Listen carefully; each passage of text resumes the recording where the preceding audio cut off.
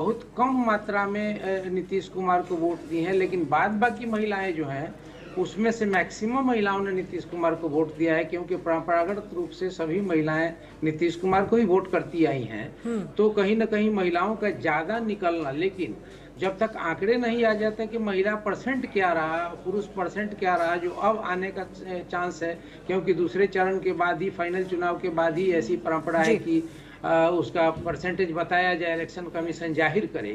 तो वो चीज है अभी आनी बाकी है, इसलिए थोड़ा सा अभी बोलना कुछ ज्यादा प्री मैच्योर बात मेरे है। को तो महिला जो वोटर है हमेशा निर्णायक यहाँ पर भूमिका उनकी रही है और इस बार भी उनकी भूमिका निर्णायक यहाँ पर होगी। आगे की सीटों की भी हम यहाँ पर बात कर लेते हैं। आप सभी मेहमान हमारे साथ बने रहिए। बक्सर जिले की ब्रह्मपुर सीट की अब बात करते हैं। यहाँ पर इस बार आरजेडी के शंभुनाथ यादव का मुकाबला एलजेपीआर के हुलास पांडे से है। साल 2020 के विधानसभा चुनाव में यहाँ पर आरजेडी के शंभुनाथ यादव ने एलजेपी के हुलास पांडे को हराया था। इसके अलावा बक्सर के डुमराव सीट की बात करें तो यहां पर मुकाबला जेडीयू के राहुल कुमार सिंह और सीपीआई एमएलएल के अजीत कुमार सिंह के बीच है। 2020 की यहां पर बात करें तो सीपीआई एमएलएल के अजीत कुमार सिंह यहां से जीते थे। उन्होंने जेडीयू के अंजुम आरा को हरा दिया था। और आगे बढ़ते हैं, बात करते हैं बक्सर के राजपुर सीट की। इस बार मुकाबला जेडीयू के संतोष कुमार निराला और कांग्रेस के विश्वनाथ राम के बीच है। 2020 में विश्वनाथ राम जीते थे, जेडीयू के संतोष कुमार निराला को उन्होंने मात दी थी। तो तमाम मेहमान भी हमारे साथ जुड़े हुए हैं। जाकिया खान का रुख यहाँ पर कर लेते हैं। जाकिया जी, क्या लगता है कि बक्सर की हम यहाँ पर बात कर रहे हैं, बक्सर या तमाम सीटों की हम बात करें तो कड़ा मुकाबला देखने को मिल रहा है। दिलचस्प मुकाबला यहाँ पर एनडीए इंडिया गठबंधन के बीच में देखने को मिल रहा है, लेकिन दूसरे जो क्षेत्रीय दल हैं उनको भी नकारा नहीं जा सकता है।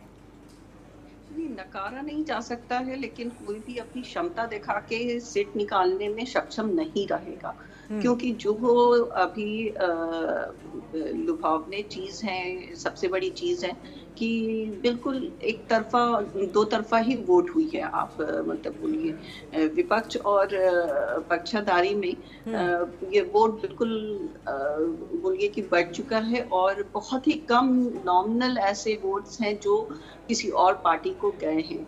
तो एक रीजन होता था कि वोट में बहुत सारे लोग खड़े होने से वोट बच जाते थे, और वहाँ पे ये कंडीशन आ जाती थी कि दूसरे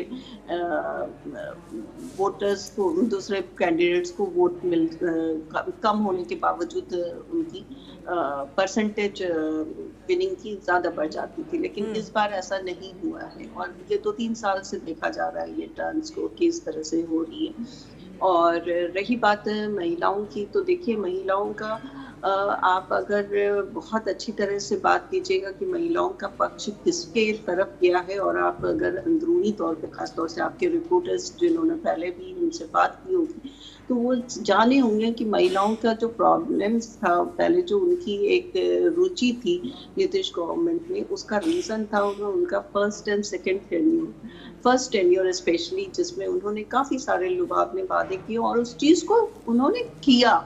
मतलब उन्होंने वो सारी चीज आउट ऑफ द बोलते ना बॉक्स जाके किया, चाहे शराबबंदी हो, चाहे बच्चियों को साइकिल प्रदान करना हो, और बहुत सारी बातें जो हो अच्छी बात है। लेकिन 20 साल का लंबा टेन्योर मजाक नहीं होता, और इस टेन्योर में खास तौर से पिछले 11 साल का आप देखिएगा तो आपको कुछ भी ऐसा डेवलपमेंट या कुछ भी ऐसी बात नहीं दिखेगी जिसको आप कह के महिलाओं को अट्रैक्ट कर सके।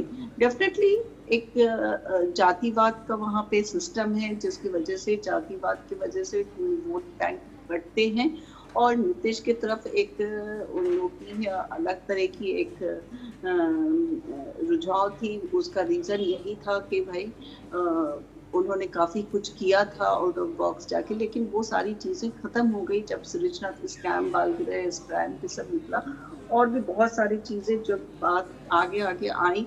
तो ऐसा नहीं है कि आज की महिलाएं इस बारे में नहीं जान रही हैं। तो यहाँ सिर्फ मुस्लिम पक्ष और नॉन मुस्लिम पक्ष की बात नहीं है। इन कॉमन अगर महिलाओं की भी बात की जाए तो इनके 10,000 जो इन्होंने दिए हैं, उसको भी अगर आप डिटेल में समझिएगा तो यू विल फाइंड आउट कि जो 2 लाख देने की बात है और जो ये 10,000 है ये हेल्प ग्रुप को अगर बांटा गया, और कोई भी हेल्प ग्रुप अगर 10 या 15 लोगों से कम का नहीं होता औरतों का, तो वो अगर बांटा जाए तो 800, 900 या 1000 रुपए पड़ता है एक बंदी को।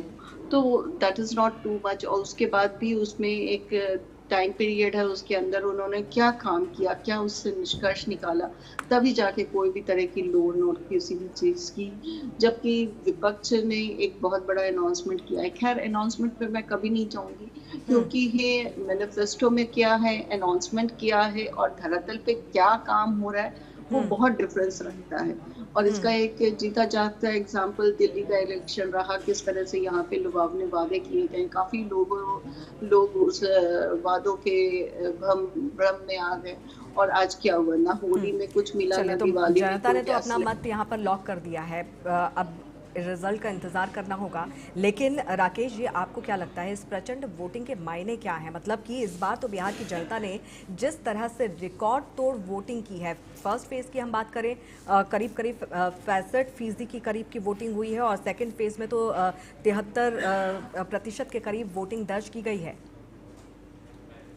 तो आपको प्रणाम और बिहार वासियों को बहुत बहुत धन्यवाद कि बिना विवाद का, बिना मारपीट और बूथ लुटाई का यह शांतिपूर्ण मतदान संपन्न हुआ, वो बधाई के पात्र हैं। चुनाव आयोग और बिहार सरकार और सुरक्षा में लगे लोग भी बधाई के पात्र हैं। जैसा शैलेंद्र भाई ने कहा कि टर्नओवर जो बढ़ा हुआ दिख रहा है वो एक्चुअल में उतना बढ़ा हुआ है नहीं। जो मतलब के वोट थे वो SIR के माध्यम से हट गए। और दूसरा क्या था कि छठ महापर्व था, और बिहार का सबसे पूजनीय और पावन पवित्र त्योहार है। वो सारे देश से, दुनिया से लोग चाहते हैं कि अपने परिवार के साथ छठ मनाया जाए, और आस्था के महापर्व के साथ अगर हमारा लोकतंत्र का भी पर्व उससे रिलेट कर दिया जाए, जोड़ दिया जाए, तो लोगों ने 2-4-5 दिन अपनी छुट्टियां बढ़वा ली। यह एक कारण जरूर है। इसको इस रूप में ना देखा जाए जैसे 5-10 साल पहले देखा जाता था कि अगर मत प्रतिशत बढ़ रहा है मतलब सरकार बदलने का प्रयास है, या 2-3 चुनावों में मिथ्या साबित हुआ है। लेकिन मैं क्या नहीं कर रहा हूँ कि ये सरकार बदलने के लिए है कि नहीं बदलने के लिए है। मैं बिहारियों को बधाई देता हूँ कि आपको 100% देना चाहिए था। अभी तो 67, 68 और 70 तक ही जा रहा है। आप 100% दीजिए, क्योंकि उससे ही फायदा होता है। मेरा अपना मानना है कि अगर मैंने मतदान नहीं दिया तो मुझे क्या अधिकार है ये कहने के लिए कि जो सरकार काम कर रही है वो खराब कर रही है। मेरा मतदान होता, चाहे मेरा विधायक सरकार में होता या विपक्ष में होता या निष्पक्ष में होता, लेकिन मेरा प्रतिनिधि होता और मुझे लगता कि मैंने सरकार बनाने में अपना योगदान दिया है। तो आपका आकलन क्या कहता है? ये पक्ष में हुआ, विपक्ष में हुआ, आपका आकलन क्या कहता है? आपने मेरे से पूछा है जी। क्या पक्ष में निपक्ष मैं समझा नहीं हूँ। जिस तरह से कहा जाता है अक्सर राकेश जी कि अगर ज्यादा वोटिंग यहाँ पर होती है तो कहीं ना कहीं वो जो सत्ता पक्ष है उसके खिलाफ ही होता है। हालांकि एनडीए के कई बार चुनावी नतीजों में इसके उलट ही हमको देखने को मिली है, जो चीजें निकलकर सामने आई है, जो नतीजे परिणाम देखने को मिले हैं। इस बार आपको क्या लगता है? मैंने शुरू में यही कहा कि जो पहले 5-10 साल पहले होता था कि अगर मत प्रतिशत ज्यादा बढ़ गई तो लगता था कि यह सरकार बदलने के लिए लोगों का मत है, लेकिन कुछ चुनावों से यह मिथ्या साबित हुआ है। तो यह कहना प्रीमेच्योर होगा कि यह सरकार बनाने के लिए है कि सरकार बदलने के लिए है। इसको फिलहाल 14 तारीख तक हम यही कहें कि बिहारियों ने अपना लोकतांत्रिक धर्म निभाया और उनको निभाना चाहिए था। एक्चुअल तो एग्जिट पोल को तो मैं मानता ही नहीं। एग्जिट पोल का परिणाम 14 तारीख को हम इसी टाइम बैठेंगे, तब उसका विश्लेषण होगा कि असल में यह जो वोट का प्रतिशत बढ़ना था वो किस लिए था। क्या 10,000 रुपया मिलने की खुशी थी, सुशासन की खुशी थी, जंगल राज आ जाने का डर था, या 20 साल में कुछ न हुआ उसको बदल करके नया सरकार लाने का उत्सव था। यह बात असल में इस टाइम 14 तारीख को होगा तो ज्यादा बढ़िया रहेगा। अभी इसके लिए कुछ भी कहना मेरे जैसे आदमी के लिए गलत होगा। मैं भविष्यवक्ता नहीं हूँ और ना ही मैंने कोई निजी सर्वे करवाया है कि मैं बता सकूं कि अब बदलने का था या सस्टेन करने का था। चलिए ठीक है, ठीक है। शैलेंद्र जी भी हमारे साथ जुड़े हुए हैं। शैलेंद्र जी, आपको क्या लगता है कि महिला वोटर्स की हम यहाँ पर बात कर रहे थे, जाकिया जी ने भी कहा है कि जो आधी आबादी है उसकी भूमिका बहुत ज़्यादा महत्वपूर्ण होती है, और पिछले कई चुनावों में हमने देखा है जो एनडीए का फोकस रहा है वो महिला वोटर पर रहा है, लेकिन इस बार महिला वोटर्स को लुभाने की हर दल की तरफ से पुरजोर कोशिश कवायद करती हुई नजर आई है। अंकिता, देखिए बिहार में जाति पाति पर चुनाव होता है और एक वर्ग ऐसा है जो एक वर्ग ऐसा है जिसको कि विकास से कोई मतलब नहीं है, वो बंगाल में हो या बिहार में हो, उसको केवल एक खास पार्टी को हराने के लिए वोटिंग करना होता है। 25 साल ज्योति बाबू इसलिए नहीं जीतते रहे कि वहाँ विकास का काम हो रहा था। वहाँ पर जो विकास के कार्य थे, अंग्रेजों के समय से भारत में सबसे विकसित अगर कोई स्टेट था तो बंगाल था, और बंगाल की सारी फैक्ट्रियां बंद हो गई, सारी चीजें समाप्त हो गई, बर्बाद हो गई। 25 साल ज्योति बसु जीतते रहे, क्योंकि बांग्लादेशी, रोहिंग्या और जो एक खास वर्ग है उनको चाहता था कि वहाँ पे कोई विकास कार्य हो न हो, ये बने रहे ताकि हमारी तुष्टिकरण होती रहे। ठीक वैसे ही पिछले 15 साल से ममता बनर्जी ने कौन सा विकास कर दिया है बंगाल के अंदर? सारी आपको अफरा तफरी और दंगा का माहौल और आपने संदेश खली इस टाइप की घटनाएं होती रही, फिर भी लोकसभा में उनके अच्छे सीट आए। क्यों? क्योंकि विकास से मतलब ही नहीं है। तो एक वर्ग ऐसा है जिसको विकास से कोई मतलब नहीं है, उसको केवल जो सरकार में है वो मोदी योगी विरोध में वोट उसको करना है, उसको अपने तुष्टिकरण के लिए वोट करना है। वो वोट आज भी तेजस्वी चाहे कुछ भी करे, गुंडा राज हो जाए, चाहे सुप्रीम कोर्ट जंगल राज बोले, वोट उन्हीं को करेगा। इसलिए वो फिक्स्ड वोटर है। अब रही बात केवल अब थोड़ी गड़बड़ी कहाँ होने वाली है वो मैं बताऊं। थोड़े से कुछ नवयुवकों में जागरूकता आई है कि जो 12% वाले हैं कहते हैं कि मैं मुख्यमंत्री बनूंगा, जो 3% वाले हैं कहते हैं कि मैं उप मुख्यमंत्री बनूंगा, तो 18% वाला दड़ी कब तक बिछाएगा? तो ये आंतरिक कलह के रूप में ये चीजें निकल के आएगी, वो नुकसान करेगा तेजस्वी जी को। बाद बाकी उनके सारे वोट इंटैक्ट हैं, कहीं कोई दिक्कत नहीं है। और नीतीश कुमार के वोट नीतीश कुमार के साथ भी इंटैक्ट हैं। बीजेपी भी 25-26% अपना वोट परसेंट रखती है, और नीतीश कुमार भी कुछ 15-14% का वोट परसेंट, मतलब 40% वोट इधर भी है, और करीब 36% के आसपास वोट उधर भी है। अब जो थोड़े बहुत टर्न आउट है वही परिणाम घोषित में आएंगे, असल में वही बाजीगरी होगी कि असल में जो कौन विनर हुआ। तो ज़किया जी आपको क्या लगता है 60% के करीब जो मतदाता हैं वो 40 साल से कम उम्र के हैं, यानी कि युवा मतदाता हैं बिहार के, जो कहा जा रहा है कि गेम चेंजर हो सकते हैं, आप कितनी सहमत लगती हैं? बिल्कुल, देखिए महिलाओं का तो वोट पहले से पड़ता आ रहा है, लेकिन बात करनी चाहिए वो उन युवाओं की जो वो फर्स्ट टाइम वोटिंग किए हैं और जिनका वोट काटा भी गया है। 2 लाख के करीब काटा गया था, फिर उसमें ऑडिटिंग करके 2.5 लाख को जोड़ा भी गया। तो ये सारे जो नए वोटर्स हैं और प्लस जो स्पेशली जो यूथ हैं जिनकी बहुत सारी परेशानियों को लेके बहुत सारी नाराजगी रही है पक्षधारियों के साथ, और डेफिनेटली उन्होंने विपक्ष के बहुत सारे बातों के, खासतौर से जो राहुल गांधी की रैलीज की गई उसमें उन्होंने 1-to-1 बातें की और बहुत सारे सुझाव दिए कि हमें क्या चाहिए एग्जैक्टली। तो वो सारी चीजें उनके अंदर, क्योंकि डेफिनेटली देखिए एक तो गेम चेंजिंग रहता है बिहार और यूपी के इलेक्शन पूरे इंडिया लेवल में, क्योंकि यहाँ से जो निष्कर्ष निकल के आती है वो पूरे देश में दिखती है। और ये लहर डेफिनेटली जातिवाद के बेस पे हमेशा चलती आई है, लेकिन जो अब तनाव पूर्ण हो चुका है, जो बच्चे हमारे बिल्कुल माइग्रेंट्स के तौर पे मजबूर हो चुके हैं, बिल्कुल मजदूर के तौर पे मजबूर हो चुके हैं काम करने के लिए, रोजगार की कमी होने की वजह से। पढ़ाई जहाँ पे आपको 3 साल में कंप्लीट होनी चाहिए, ग्रेजुएशन 4 साल 5 साल हो जाते हैं, और बाकी डिप्लोमा कोर्सेज में भी वही हाल है। कोई भी कोर्सेज आप उठा के देख लीजिए तो वही हाल है। कोई भी तरह की अगर एग्जाम होती है तो उसमें किस तरह की धांधली चलती है और किस तरह की चीजें चलती हैं कि बार-बार कैंसिल करना पड़ता है। तो ये सारी चीजें जो हमारे युवा खेल रहे हैं उसका कहीं ना कहीं इस इलेक्शन में बिल्कुल नतीजा दिखने को मिलेगा, और उनकी डेफिनेटली एक रुझान गई है महागठबंधन की तरफ।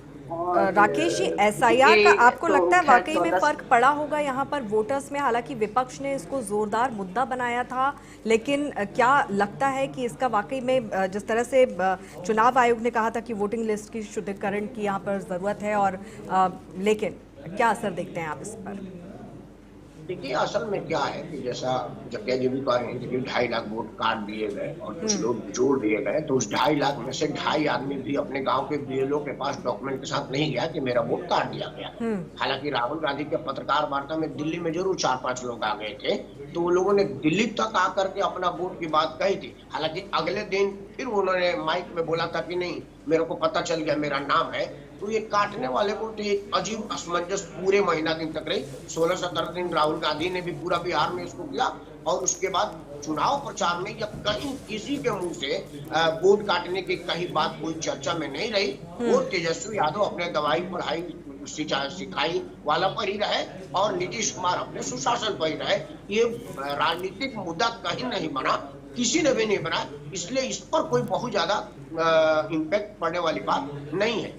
बिहार के चुनाव में सिर्फ 2 ही मुद्दा पर अब की बार का चुनाव हुआ है कि 20 साल में नीतीश कुमार ने क्या कुछ काम किया है। अगर किया है तो हम वोट देंगे, नहीं किया है तो हम बदल देंगे। और जो बदल देंगे की बात कर रहे थे, उनके दिमाग में यह बात बैठाया गया है, ये जो तेजस्वी और तेज प्रताप हैं, दोनों बच्चे लालू प्रसाद के बेटे हैं, जो 90 से 2005 तक अपनी क्रियाकलाप बता चुके हैं। ये उसी नाथ फले के बीज है जो आपको आगे दिखाएंगे। दोनों लोगों ने यही पूरे चुनाव प्रचार तक किया है। किसी ने और कुछ अलग मुद्दा ही नहीं दिया कि बिहार का मतदाता कुछ सोचने विचारने पर मजबूर हो। अगर आपको नीतीश कुमार का काम लगा कि नीतीश कुमार, देखिए एक बात तो आपको मानना पड़ेगा, नीतीश कुमार से आप सहमत हो ना सहमत हो, लेकिन 1990 से आज तक नीतीश कुमार पावर में है। चाहे वो केंद्र में मंत्री थे या बिहार में मुख्यमंत्री थे, उन पर भ्रष्टाचार का कोई आरोप नहीं है, उन पर किसी उद्योगपति घराने का मदद देने का कोई आरोप नहीं है, किसी अपराधी का संरक्षण देने का कोई आरोप नहीं है, उनके निजी बेईमानी का कोई आरोप नहीं है, उनके परिवार का समर्थन देने परिवारवाद का कोई आरोप नहीं है। अगर नीतीश कुमार चाहते तो अपने बेटे को राज्यसभा में भेज सकते थे, कोई नहीं रोकता। सीधे एमएलसी बना सकते थे, कोई नहीं रोकता। कहीं से भी टिकट दे सकते थे, कोई नहीं रोकता। उन्हीं की गठबंधन में जीतन मांझी ने अपने बहू बेटे को दिया ना, कहाँ किसी ने रोका। और उसी के उनके अपने गठबंधन में रामविलास पासवान का बेटा ने अपने भाई को दिया ना, कहाँ किसी ने। उन्हीं के गठबंधन की बात कर, मैं लालू जी का नहीं जा रहा हूँ, मैं एनडीए गठबंधन की बात कर रहा हूँ। भाई चिराग पासवान तो वही है ना, हम पार्टी वाले जीतन मांझी वही है ना। तो क्या नीतीश कुमार अपने बेटे को नहीं दे सकते थे? नीतीश कुमार अपने परिवार को नहीं दे सकते थे? लेकिन बिल्कुल तीसरा मोर्चा कितना असर डालेगा उस पर भी हम यहाँ पर चर्चा करेंगे। सर्वे एक्सपर्ट अमित कुमार जी इस वक्त हमारे साथ जुड़े हुए हैं। अमित जी, कांटे का मुकाबला यहाँ पर देखने को मिल रहा है, लेकिन क्या कहता है आपका सर्वे? अमित कुमार जी, कांटे का जो टक्कर है वो इस बार देखने को मिला है। महागठबंधन में, एनडीए में सभी दल अपने अपने दावे करते हुए नजर आ रहे हैं, लेकिन सर्वे क्या कहती है, आपकी रिपोर्ट क्या कहती है इस चुनाव को लेकर? मैं आपको बताना चाहूंगा अंकिता कि देखिए बिहार का चुनाव में वोटिंग जो परसेंटेज बहुत हाई हुआ है, इसके सभी विशेषज्ञ अपनी अपनी राय अलग अलग दे रहे हैं।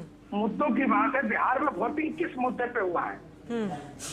देखिए जन स्वराज बहुत अच्छा परफॉर्म नहीं करेगी, खुद हमको लगता है कि 2 से 5 सीट जीत रही है। और लेकिन जन स्वराज कितना नुकसान किसको पहुंचाया, इस पे आकलन करना बहुत जरूरी है। फिलहाल इस बक्सर जिले की बात करते हैं तो बक्सर जिले में जो है वो 4 सीटें हैं। बक्सर की बरापुर सीट है जहाँ जो है शंभुनाथ यादव है आरजेडी से और हुलास पांडे एलजेपी से। इसमें बहुत ही कांटे का मुकाबला है। हम समझते हैं कि वो सीटें हैं जहां पे हार और जीत का फैसला 2000 वोट के आसपास होना है। दूसरी सीट बक्सर जिले की जो है वो बक्सर टाउन है, सदर जिसको बोलते हैं, वहां पे पूर्व आईपीएस अधिकारी आनंद मिश्रा और संजय तिवारी जो विधायक है वर्तमान में, उनके बीच में मुकाबला है। और वहां आनंद मिश्रा के पास एज है।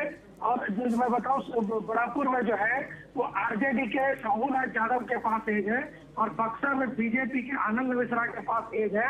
और ये सीट भी मुकाबले में कड़ी है। इसके बाद डुमरांव की सीट बात करें, डुमरांव की सीट पर अजीत कुशवाहा है सीपीआईएमएल के और राहुल सिंह है जेडीयू के। अजीत कुशवाहा जो है फिलहाल यहाँ पे आगे दिखाई दे रहे हैं, जबकि बक्सर की राजपुर सुरक्षित सीट से जो है कांग्रेस के विश्वनाथ राम जो है वो पीछे हैं और जो है संतोष कुमार निराला आगे है जेडीयू के। ये फिलहाल जो है सर्वे में ये दिख रहा है।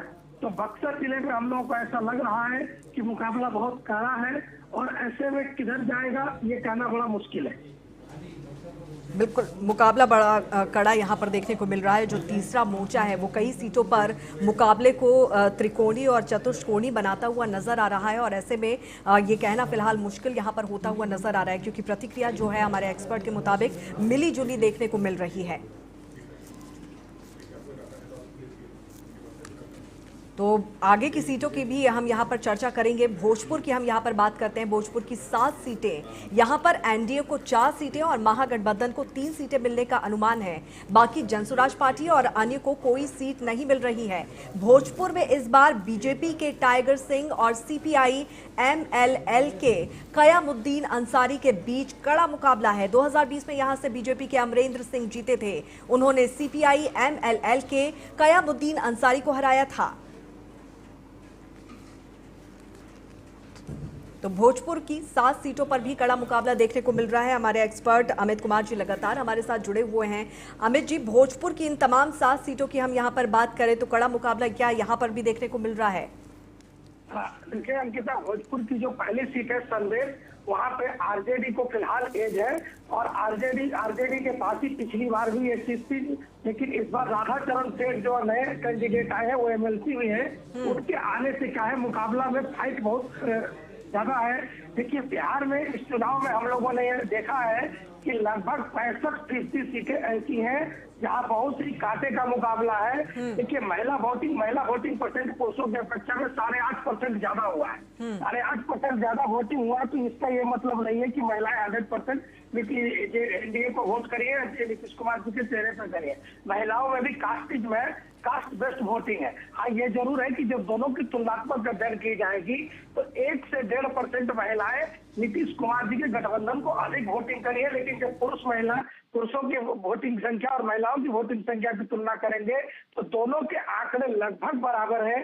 इसलिए बहुत सारी सीटें ऐसी हैं, लगभग 65-70% सीटें ऐसी है इस चुनाव में जहाँ की जीत और हार का मार्जिन बहुत कम है। क्योंकि देखिए होता क्या है कि जब हम लोग ज्यादा वोटिंग देखते हैं तो एक ट्रेंड मान लेते हैं कि ऐसा नहीं हुआ। कई बार ज्यादा वोटिंग होने से सत्ता बरकरार भी रह जाती है और पीछे का इतिहास बताता है बदल भी जाती है।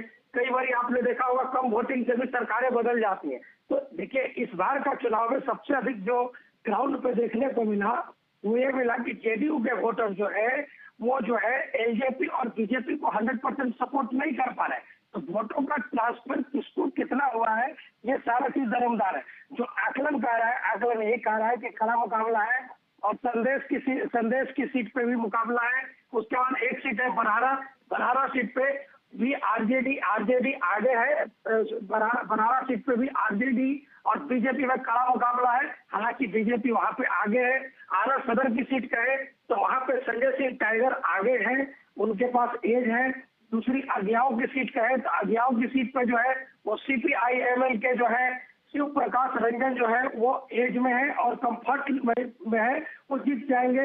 तरारी में जो है कड़ा मुकाबला है। हालांकि तरारी में बीजेपी के पास एज है और बीजेपी की एग्जिस्टिंग सीट है जगदीशपुर में जेडीयू जीत रही है चुनाव। तो आप जो भोजपुर की सीटें जो है इस प्रकार से है और कई सीटें ऐसी है जहाँ पे कड़ा मुकाबला है, लेकिन 2-3 सीटें ऐसी है जहाँ कंफर्ट लेवल से जीत रहे। भोजपुर की एक शाहपुर सीट है अंकिता, जहाँ पे कि जेडीयू के शिवानंद तिवारी के बेटे राहुल तिवारी और राकेश ओझा के बीच कड़ा मुकाबला है और वहां पे राकेश ओझा जेडीयू के जो है राहुल तिवारी वर्तमान विधायक उन पे भारी पर्दे दिख रहे, लेकिन दोनों में मुकाबला इतना कांटा का है कि कहा नहीं जा सकता है।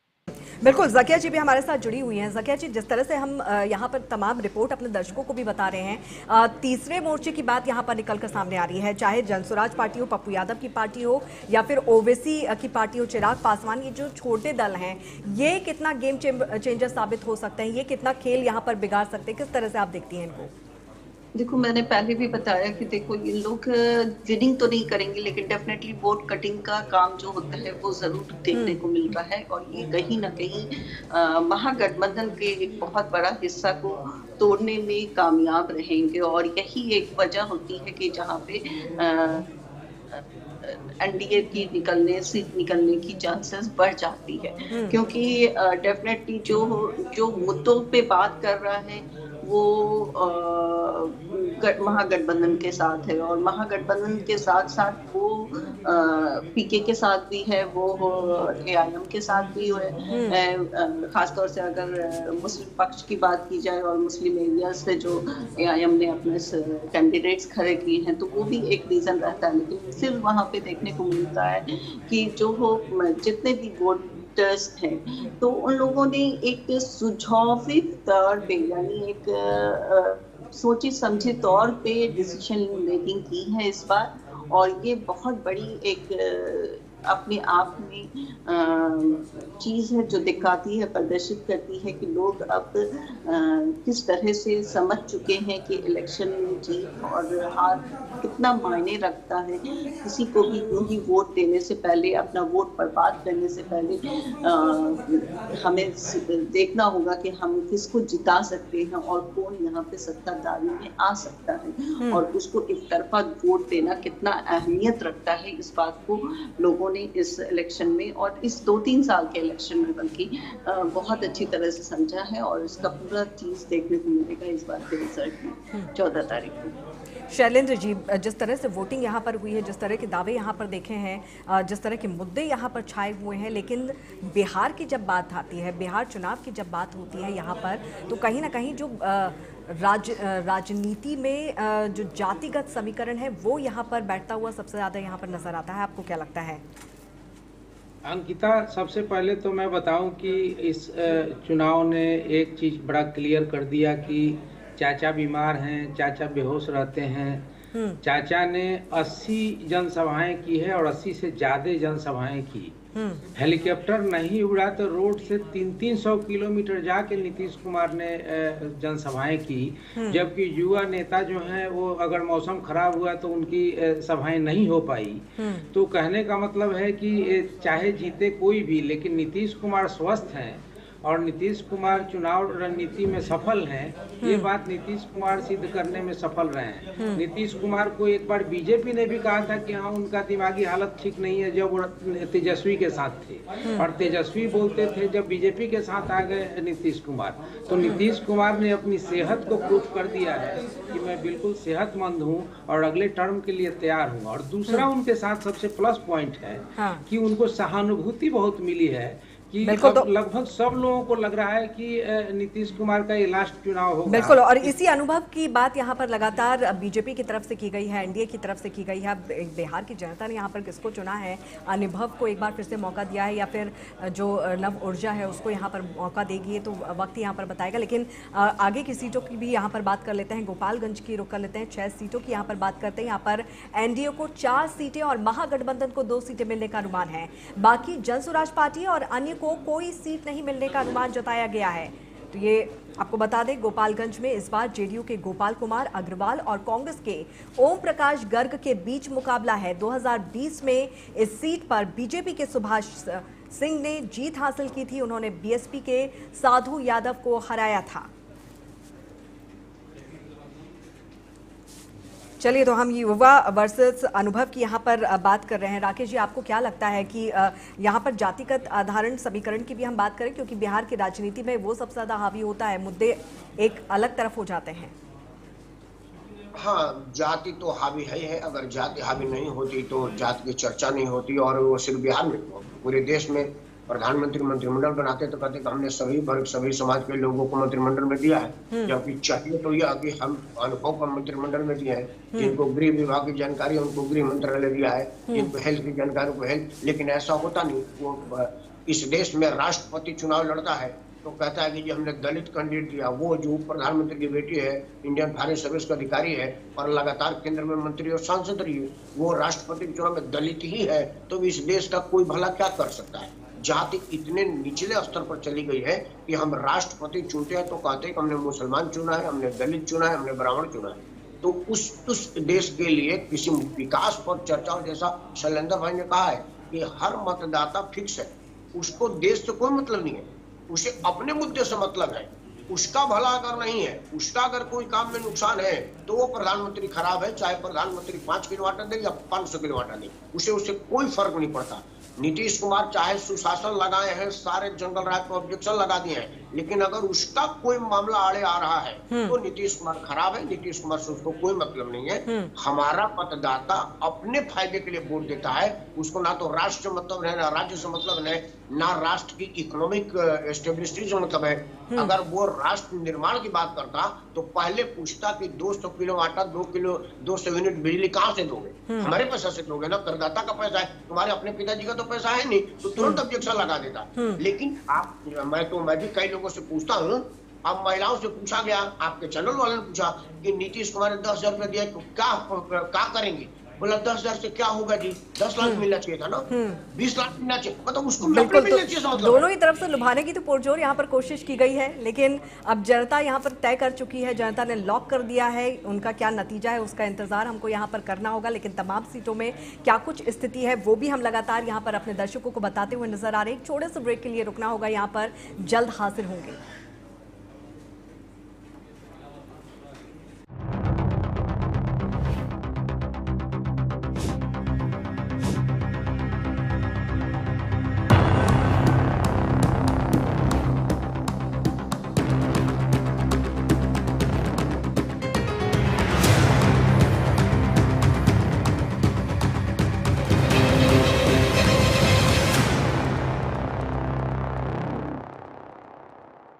विमल में गुलिस्तां की ये कुछ लजीज फरिश्ते, जब साथ घुले तो जी ललचाए और दिल कहे कि स्वाद की जुबां में खुद को ऐसा डुबाऊं कि निकल ना पाऊं। विमल की जुबान कुछ है ही ऐसी, मानते हैं ना?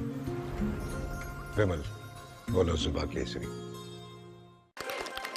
They said I'm too confused, that I have too many dreams. I said I'll make every dream count. I'm a visionary at UPES University. I am tomorrow. World ski championship में आप सबका स्वागत है।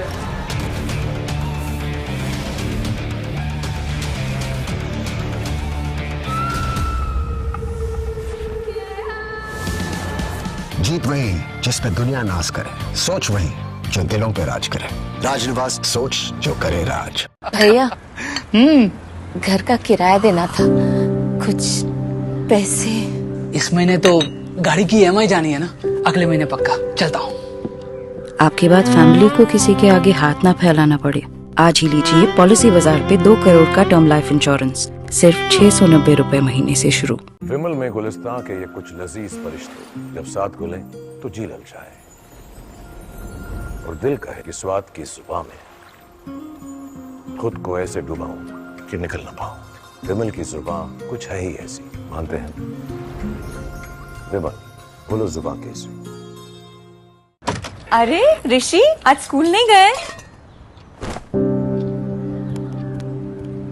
3 महीने से फीस नहीं भर पाई तो निकाल दिया स्कूल ने। कहीं आपके बाद आपके बच्चों के सपने न टूट जाएं। आज ही लीजिए पॉलिसी बाजार पे 2 करोड़ का टर्म लाइफ इंश्योरेंस, सिर्फ 690 रुपए महीने से शुरू। वर्ल्ड स्की चैंपियनशिप में आप सबका स्वागत है।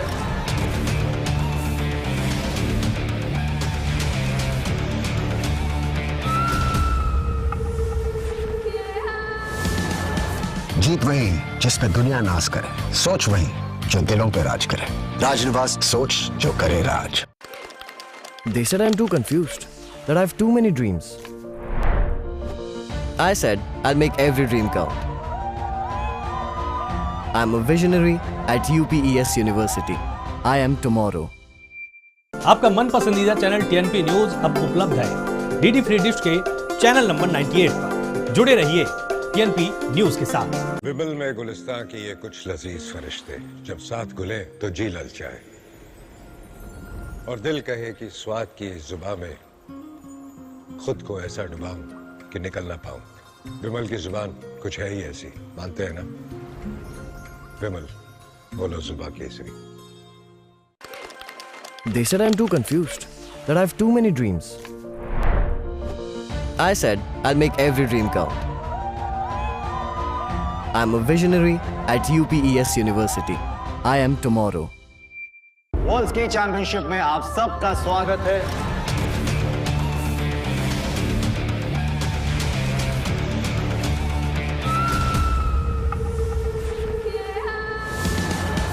जीत वही जिस पे दुनिया नाज करे, सोच वही जो दिलों पे राज करे।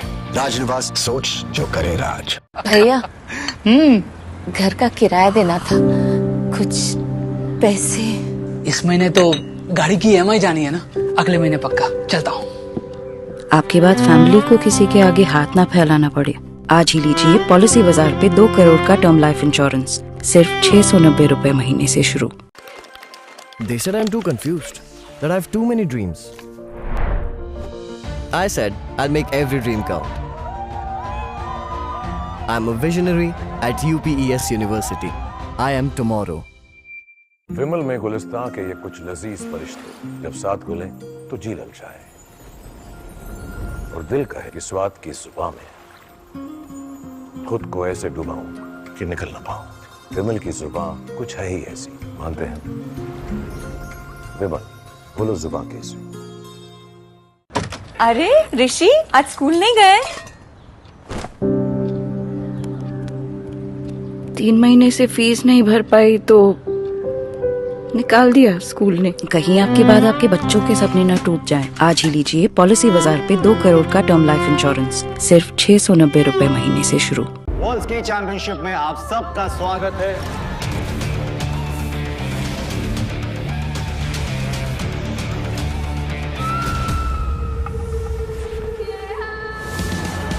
जीत वही जिस पे दुनिया नाज करे, सोच वही जो दिलों पे राज करे। राजनिवास, सोच जो करे राज।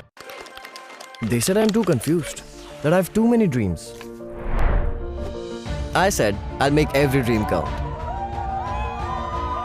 I'm a visionary at UPES University. I am tomorrow. विमल में गुलिस्तां की ये कुछ लजीज फरिश्ते जब साथ घुले तो जी ललचाए और दिल कहे कि स्वाद की जुबान में खुद को ऐसा डुबाऊं कि निकल ना पाऊं। विमल की जुबान कुछ है ही ऐसी, मानते हैं ना? विमल, बोलो जुबान कैसी? They said I'm too confused, that I have too many dreams. I said I'll make every dream count. I'm a visionary at UPES University. I am tomorrow. World ski championship में आप सबका स्वागत है।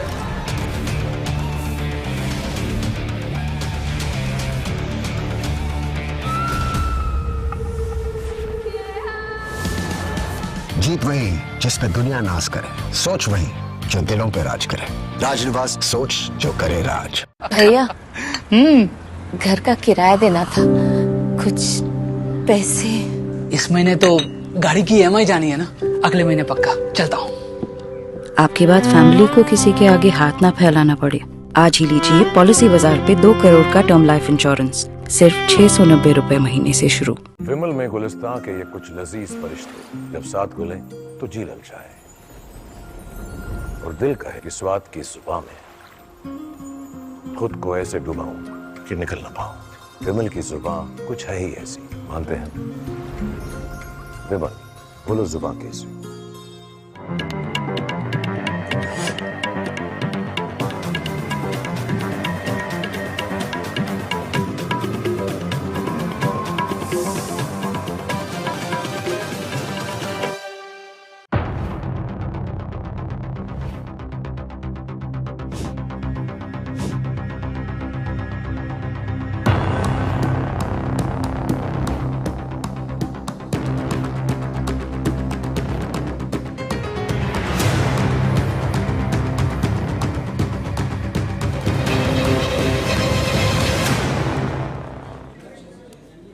ब्रेक के बाद आप सभी का स्वागत है। लगातार महाकवरेज जारी है, तमाम जिलों की बातें हो रही हैं। अब बात हम सारण की कर लेते हैं, जहां पर सारण में 10 सीटें हैं और यहां एनडीए को 2 सीटें और महागठबंधन को 8 सीटें मिलने का पूरा अनुमान है। बाकी जनसुराज पार्टी और अन्य को कोई भी सीट यहां पर नहीं मिल पा रही है। अगर आप ध्यान से देखते हैं तो 10 सीटें इस जिले के अंतर्गत हैं, इसमें 2 सीटें एनडीए जीत सकती है और 8 सीटें महागठबंधन को मिल सकती हैं। जनसुराज का यहां पर खाता खुलता हुआ नजर नहीं आ रहा है। अगर अन्य की बात करें तो उनको भी यहां पर कोई भी सीट हाथ नहीं लगने वाली है। सारण के छपरा सीट की बात करते हैं, यहां पर खेसारी लाल यादव मैदान में हैं और उनका मुकाबला बीजेपी की छोटी कुमारी से है। 2020 में अगर इसी सीट के समीकरण की बात करते हैं तो यहां पर बीजेपी के सीएन गुप्ता जीते थे और उन्होंने आरजेडी के रणधीर कुमार सिंह को हरा दिया था।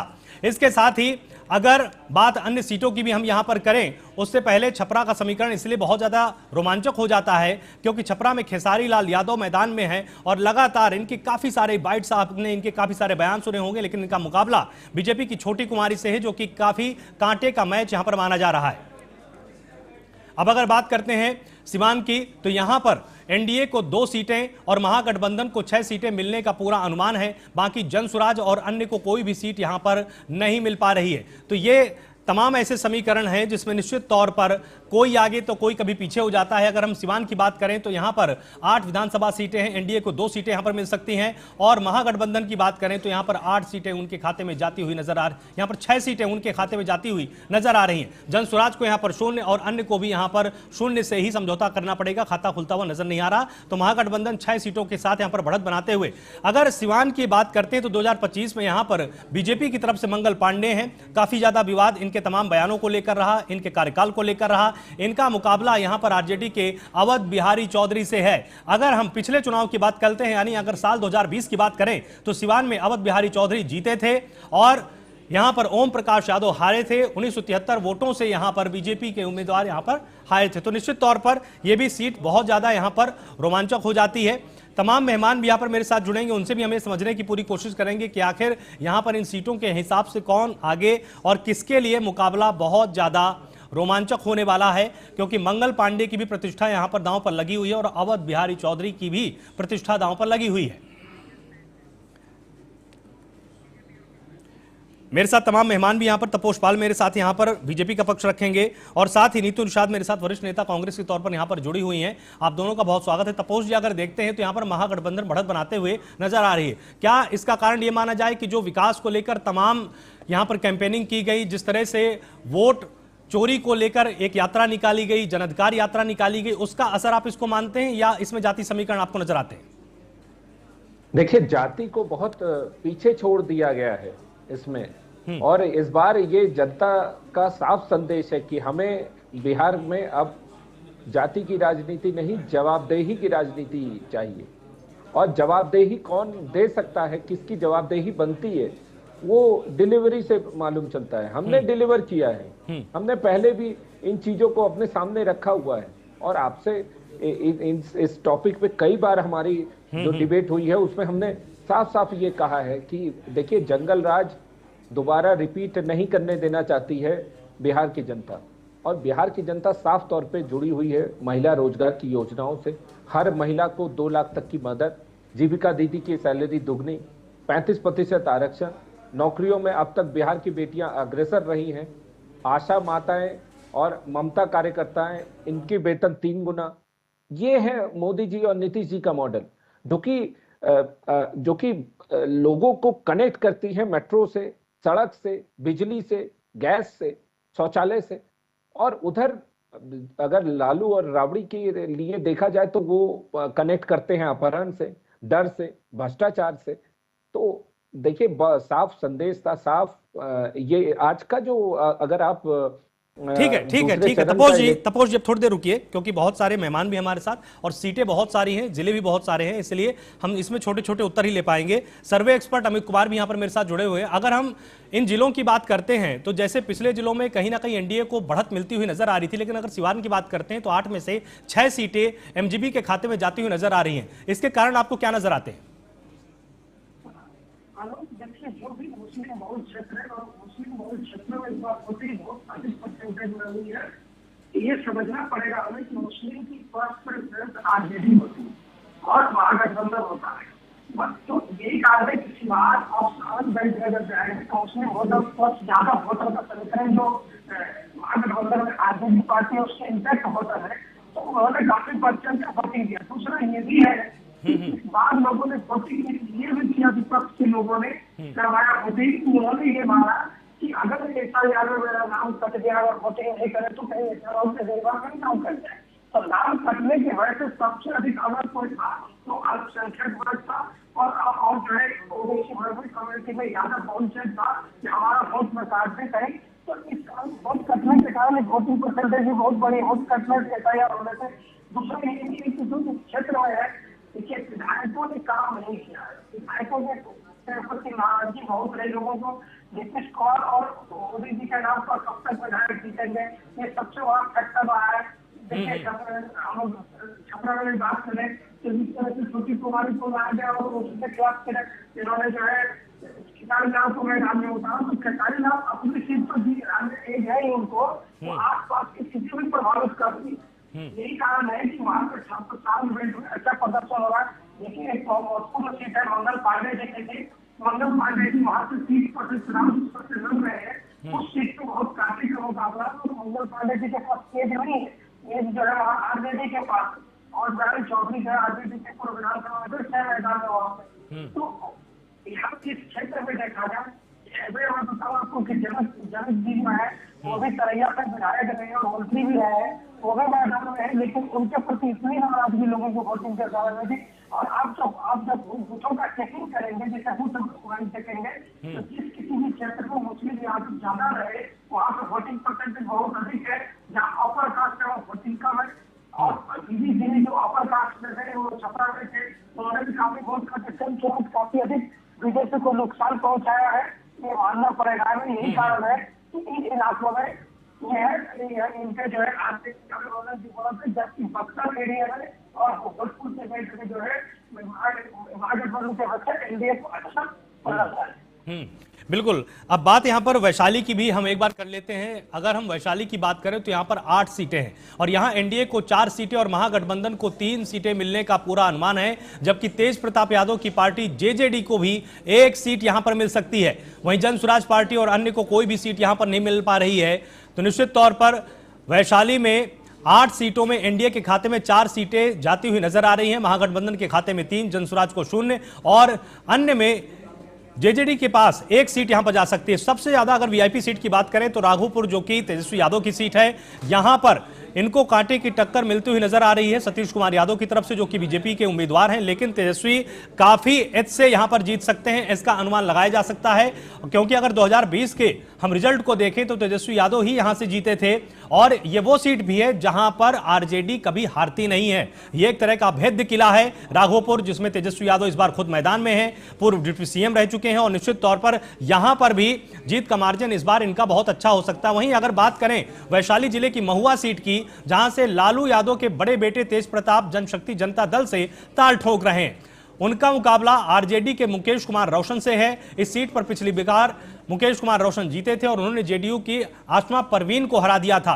तो यह भी मुकाबला देखने लायक होगा और यह भी बहुत ही दिलचस्प होगा। हालांकि यह सीट यहां पर जेजेडी के खाते में जाती हुई नजर आ रही, जिसका जिक्र हमने अन्य सीटों के तौर पर किया है। तो अगर पूरे जिले की बात करें तो यहां पर 8 सीटों में से 4 एनडीए के खाते में, 3 महागठबंधन के और 1 अन्य के खाते में यहां पर जा सकती हैं। नीतू जी यहां पर मेरे साथ लगातार जुड़ी हुई हैं। नीतू जी, अगर इन पूरे समीकरणों को हम ध्यान से देखते हैं तो हर जिले का, क्योंकि हम एक विस्तृत एग्जैक्ट पोल हम यहां पर दिखा रहे हैं, आपको क्या लगता है कि क्या हर जिले के मुद्दे अलग थे या बिहार ने इस बार विकास के नाम पर ही मतदान किया, जिसका जिक्र पहले भी आप लगातार करती आई हैं डिबेट्स में? आपको क्या लगता है कि वैशाली जिले में जिस तरह से 1 सीट जेजेडी के खाते में जा सकती है, तो ये एक बड़ी चुनौती मान रही है इसको? लोकतांत्रिक व्यवस्था में जो भी हमारे साथ में चुनाव लड़ रहे हैं उनका भी अपना अपना एक एजेंडा होता है और कभी कभी प्रतिभागी जो होते हैं उस अपने समर्थकों के साथ, अपनी जनताओं के साथ बहुत कनेक्ट होते हैं। तो इस परिस्थिति में चीजें कुछ ऊपर नीचे हो सकती है, पर मुझे नहीं लगता है बिहार में जो स्थिति वोटिंग प्रतिशत की हुई है, 76% के आसपास वोटिंग हुई है, पहले चरण से भी बढ़कर वोटिंग प्रतिशत बढ़ी है। इस परिस्थिति में मुझे लगता है कि जब वोटिंग प्रतिशत बढ़ती है तो चीजें बदल रही है, बदलाव परिवर्तन की ओर जा रहा है और युगों में परिवर्तन आ रहा है। ये वोटिंग प्रतिशत का एक जो ग्राफ है उसको सुनिश्चित करता है। तो मुझे लगता है कि नहीं, ये जो थोड़ी बहुत जो लोगों ने आशंकाएं जताई है वो अलग चीज है, लेकिन महागठबंधन के जो मुद्दे हैं उस मुद्दे पर जो है ना लड़ाई है। मुद्दा है महिलाओं का 2500 का प्रति माह, 25 लाख का मुफ्त इलाज, भूमिहीनों को मकान 3 से 5 डिसमिल का, 8वीं से 10वीं छात्रों को कंप्यूटर देने की बात है, विधवा दिव्यांग वृद्धा पेंशन को 1500 करना प्रति माह और उसको बढ़ा करके 2500 तक किया जा सकता है। गरीब परिवार को उद्योग के लिए हम लोग जो 2-2 लाख का ब्लूप्रिंट दिए थे उन्हीं को अगले हमारे सामने वाले भी लोग कर रहे हैं, तो अलग चीज है, वो हमारे ब्लूप्रिंट को बहुत ज्यादा कहीं ना कहीं कॉपी किए हैं। तो चलिए कॉपी पेस्ट कर सकते हैं, लोकतांत्रिक उनको तो हमारे ही मुद्दे सारे अच्छे लग रहे हैं, वो हमारे ही मुद्दे को तोड़ मरोड़ के लेके आ रहे हैं सामने। तो जो मुद्दे हैं, बिजली का यूनिट हमने फ्री किया है 200, और फिर हमने रोजगार के मुद्दे को सबसे अहम बनाया है। हमने युवाओं से बहुत ही रूबरू होकर के युवाओं, क्योंकि शिक्षा ही पैमाना सेट करता है आपके विकास का। जिस तरह से बिहार को एक कि कहीं ना कहीं एग्रीकल्चर बेसिस, ये जो बिहार था जो कि कृषि प्रधान बिहार का राज्य है, उसको कहीं ना कहीं तोड़ने की कोशिश की जा रही थी। इन सब चीजों को देखते हुए पब्लिक ने इस बार महागठबंधन को मौका दिया है, क्योंकि नौकरी और बिहार का विकास का पैमाना अत्यधिक चौमुखी विकास हो, इस पर नजरिया रखा गया है। एक और विकास का कोई पैमाना सेट नहीं हो सकता है। इन्हीं सब चीजों को देखते हुए पब्लिक ने अपना वोट और मत 70 से 76% तक ले जाकर के दिया। सीमांचल में किशनगंज में सबसे ज्यादा वोटिंग हुई है, ये बहुत बड़ी बात है। ठीक है, मेरे साथ सर्वे एक्सपर्ट अमित कुमार भी यहाँ पर जुड़े हुए हैं। अमित जी, अब एक चीज समझनी बहुत जरूरी है कि जिस तरह से यहाँ पर जेजेडी भी कड़ी टक्कर देती हुई नजर आ रही है, तो क्या ये किसी नवोदित पार्टी के लिए बहुत ही पॉजिटिव संकेत माना जा सकता है?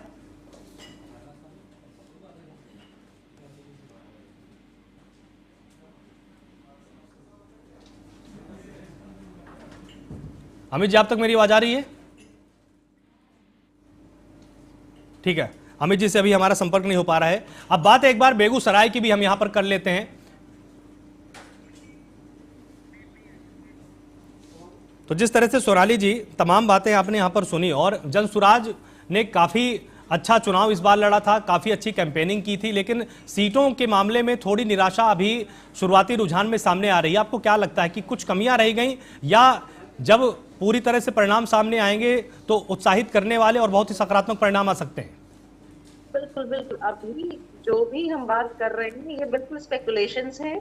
इस पे जो भी इस पे कुछ कहना बहुत ही जल्दबाजी होगी। मैं तो बस यही कहूंगी, आज 11 तारीख खत्म होने वाला है, हम 14 का वेट कर लेते हैं, फिर सारी तस्वीर वो अपने आप साफ हो जाएगी। और मैं यही कहूंगी, इसका कोई बहुत ठोस आधार मुझे नजर नहीं आता, क्योंकि जो सैंपल हम बेसिकली चुनते हैं, जिसके बेस पे ये सारे आकलन आप कर रहे हैं, वो सैंपल ही बहुत रिप्रेजेंटेशन नहीं होता है पूरे बिहार का। तो जहाँ पे वोटिंग हुई है, तो मैं इस बात से बहुत इत्तेफाक नहीं रखती, और मैं यही कहूंगी आपसे कि हमें बस थोड़ा और धैर्य रखना चाहिए, 14 का इंतजार करना चाहिए। क्योंकि जो मुझे लगता है कि ये जो भी आपका जो भी रहा है सर्वे, मुझे पता नहीं, ये थोड़ा सा लगता है कि बहुत जल्दबाजी होगी इस पे कमेंट करना, क्योंकि पूरा रिप्रेजेंटेशन नहीं है बिहार का। जी ठीक है। हिमांशु जी, एक चीज समझनी बहुत जरूरी है कि जिस तरह से अगर हम तमाम सीटों का जिले के हिसाब से जब हम आकलन कर रहे हैं, तो महागठबंधन बिल्कुल आपके ठीक बगल में ही नजर आ रहा है। तो क्या इस बार के चुनाव में बहुत ही कड़ी टक्कर आपको मिली है, क्योंकि विकास के मुद्दों को लेकर बिहार की जनता ने काफी उत्सुकता से बात भी की और उसी के आधार पर मतदान भी किया है? जी नमस्कार। देखिए, हम लोग जो जनता के बीच में गए थे, अपने 20 साल के जो कार्य था एनडीए सरकार की, उसके आधार पे गए थे। इसके अलावा हमने जो विजन डॉक्यूमेंट जनता को बताया, तो जनता को इस पे भरोसा रहा, क्योंकि हमने वो करके दिखाया 20 सालों में। तो जनता को भरोसा है कि अगर एनडीए सरकार अगर विजन डॉक्यूमेंट में ये बोल रही है कि हम 1 करोड़ रोजगार सृजित करेंगे, तो इसका मतलब 1 करोड़ से ज्यादा करेगी। तो जनता को इस पे भरोसा रहा। साथ में जनता को सोशल मीडिया के माध्यम से आप बहुत सारे ऐसे वीडियोस देखेंगे जिसमें जंगल राज की पुरानी चीजें हैं, फिर से उन्हीं के समर्थक, महागठबंधन के समर्थक ने अपलोड कर करके जनता के बीच में इसको फैलाया। उससे जनता एकजुट होकर पूरी तरह एनडीए सरकार के पक्ष में मतदान की है। तो मैं बिहार की जनता को धन्यवाद दूंगा कि आप इतनी बड़ी संख्या में आके उन्होंने वोटिंग की है। साथ में जो फर्स्ट टर्म के जो युवा थे वो भी इसको रिकॉग्नाइज किए हैं, उन्होंने भी बड़ी संख्या में आके वोटिंग की है एनडीए सरकार के पक्ष में। तो आपको जो एग्जिट पोल से भी कहीं ज्यादा हम लोगों की सीट मिलने वाली है। और हम लोगों ने एनडीए के जितने भी घटक दल हैं, बिल्कुल 5 पांडव की तरह हम लोगों ने बिल्कुल ठीक से जनता के बीच में गए, लड़ाई लड़ी है। तो बिल्कुल आपको इसके परिणाम देखने को मिलेंगे 14 तारीख को। बिल्कुल, मेरे साथ सर्वे एक्सपर्ट अमित जी भी यहाँ पर जुड़े हुए हैं। अमित जी, एक चीज समझनी बहुत जरूरी है, क्योंकि जिस तरह से आरजेडी का तो एक तरह से अभेद किला राघोपुर कहा जा सकता है, जिसको लगातार वो जीतती आई है, लेकिन जेजेटी नवोदित पार्टी है, उसको भी एक सीट मिलने की पूरी उम्मीद यहां पर दिखाई दे रही है। तो क्या किसी नवोदित पार्टी के लिए बहुत ही शुभ संकेत है ये? कि हम लोग सुख संकेत है, लेकिन हम ये भी समझना होगा कि देखिए तेज प्रताप यादव है उस पार्टी के कैंडिडेट, और उस पार्टी के जो है सबको पता है कि लालू प्रसाद यादव जी के बेटे हैं। हालांकि तेजस्वी यादव जी ने प्रचार से मगर तेज प्रताप ने जिस तरीके से महुआ में इससे पहले 2015 में जब विधायक करे तो 5 साल उन्होंने काम कराया था, कॉलेज वगैरह हॉस्पिटल वगैरह का काम कराया था, तो उससे उनके प्रति सहानुभूति की भी लहर थी वहाँ पे। और उनको जिस तरीके से वहाँ के लोगों ने बुलाया और उन्होंने अकेले दम पे वहाँ पे चुनाव लड़ाया, अगर वो वहाँ पे चुनाव जीत रहे हैं तो ये जरूर रहना चाहिए थे कि तेज प्रताप भी कहीं ना कहीं पॉलिटिकली अब मंजे हुए खिलाड़ी बनते जा रहे हैं, और उनके वही नहीं उनके 2 सीटें एक आध सीट पे और भी लीड है उनके पास। तो ये जो महुआ की सीट है, हमें वैशाली में ये भी देखना है हम लोग कि वैशाली से ही उनके दूसरे भाई तेजस्वी यादव जो है राघोपुर से सरावर है। राघोपुर वो सीट है जहाँ पे कि 2010 में राबड़ी देवी भी चुनाव हार गए थे, यही तो तीन हारा था, लेकिन 2015, 2020 दो बार से तेजस्वी यादव जीत रहे हैं, और इस बार वो जीत के हैट्रिक लगाएंगे। ये सतीश यादव जो है हैट्रिक से बचेंगे। इन दोनों में बड़ी तरह मुकाबला है, लेकिन तेजस्वी यादव एक बड़े नेता है और राघोपुर से लोग बोलते हैं कि मैं अपने मुख्यमंत्री चुन रहा हूँ, तो जाहिर सी बात है कि तेजस्वी यादव मुकाबले में आगे है। और यही वैशाली में लालगंज की एक सीट है, उस पर भी बहुत कांटे का मुकाबला है, जहाँ शिवानी शुक्ला चुनाव मैदान में है। तो कहने का मतलब इस बार आलोक बहुत सारी सीटें ऐसी हैं जहाँ पे बहुत कंटेस्ट चलता है, और वहाँ पर जातिगत समीकरण और जन स्वराज के वोट कितने आ रहे हैं उस पर डिपेंडेंसी है। हम लोगों ने जो एक आकलन किया उस पर कई सीटें ऐसी 65-70% सीटें ऐसी मिली है जहाँ पे एज तो है लेकिन माइनर एज है। माइनर एज जो है कभी भी चेंज हो सकता है कि दूसरी स्थिति की चीज पर 1 से 2% तक 2.5% तक का होता है, वो स्विंग सीटें होती है, वो सीट किधर भी जा सकती है। और देखिए सर्वे अपने सबसे अलग अलग है, लेकिन हम लोगों ने जो पाया है कि मुकाबला इस बार कांटे का है, और हो सकता है कि मुकाबले कांटे का होने से कई सारी सीटें परिवर्तित हो सकती है, लेकिन जो इस वैशाली में है वहाँ पे बहुत सारी सीटों पर तो खिलाफ वाजिब होंगे और उसमें कड़े मुकाबले में। और जिस तरह से तमाम अगर हम जिलों को ध्यान से देख पा रहे हैं तो कुछ ऐसे जिले भी हैं जहां पर एनडीए का जो भाग्य है वो ज़्यादा चमक रहा है, लेकिन कुछ ऐसे जिले भी हैं जहां पर महागठबंधन ने बहुत कड़ी टक्कर भी दी और एनडीए से काफ़ी आगे भी निकल गया। जैसे कि सारण में महागठबंधन ने बहुत अच्छी फाइट की और एनडीए से आगे नजर आ रहा है। तो अगर हम इन जिलों के हिसाब से देखें कि जैसे सारण और सिवान में अगर हम कंपेयर करते हैं तो क्या अंतर रह गया जिसके चलते एक में एनडीए आगे और एक में महागठबंधन आगे रह गया? देखिए सारण और सिवान की जब तुलना करते हैं तो सिवान जो है वो मुस्लिम बहुल क्षेत्र है और सारण में हिंदू वोटर भी बहुत अधिक है। सिवान वो क्षेत्र है जहाँ कभी शहाबुद्दीन का नाम था। पिछले चुनाव में देखिए हिंदू समाज लोकसभा चुनाव में लड़ गई थी, तो इसकी वजह से आरजेडी को गठबंधन को नुकसान हुआ था। इस बार इन्होंने पहला टिकट जो है वो ओसामा साहब को टिकट दिया। ओसामा साहब खुद भी चुनाव जीत रहे हैं और आसपास के मुस्लिम जो है वो भी बढ़ चढ़।